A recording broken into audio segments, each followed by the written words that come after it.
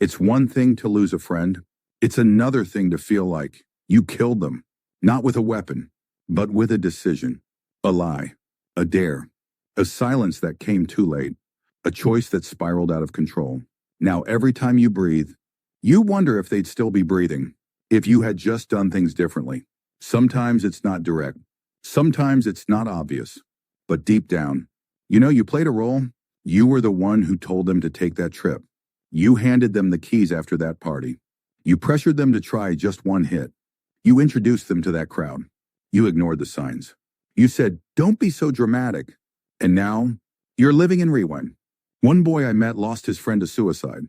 They had just had a brutal roast session in a group chat. Everyone thought it was funny. The next day, the friend was gone. No one knew he was already at the edge.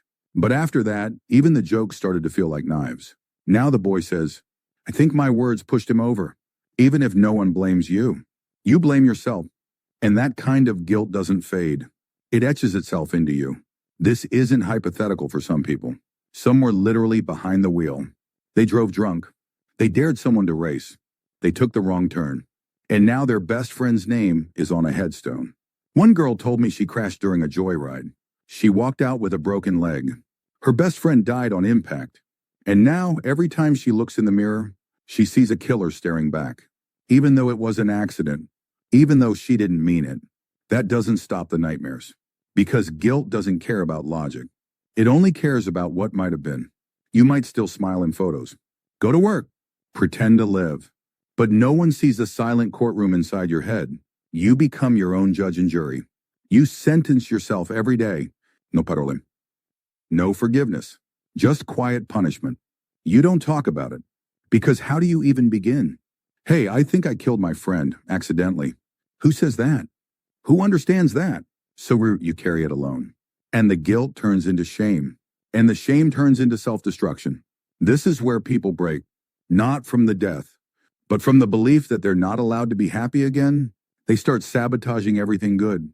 They reject love. They run from peace. They destroy any future they could have. Because deep down they think, "I don't deserve this. I lived." They didn't.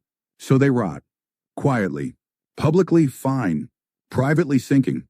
But let me say this. That's not justice. That's a second death. Yours. You may have played a part. You may have made a mistake. But that doesn't mean you have to live in a cage for the rest of your life. Responsibility means owning what happened. Burden means becoming what happened. You are not the worst moment of your life. You are not just the cause of someone's death. You are also what comes after. You are the lesson, the change, the warning, the one who speaks the truth others are afraid to say. There's a man who goes to high schools now, talking about the night he crashed with his best friend in the passenger seat. He doesn't glorify it. He doesn't hide from it. He tells it raw. And every time he ends with this: "If I had died that night, my friend would be the one standing here. So I speak for both of us." That's not erasing guilt. That's redeeming it. If you were the reason they died, you'll never forget. You shouldn't. But remembering doesn't have to mean reliving. It can mean rebuilding. But the hardest part might be facing their family, their mom, their siblings, their people. Because next we're going even deeper. What happens when their family blames you? Would you like episode 5, when their family blames you?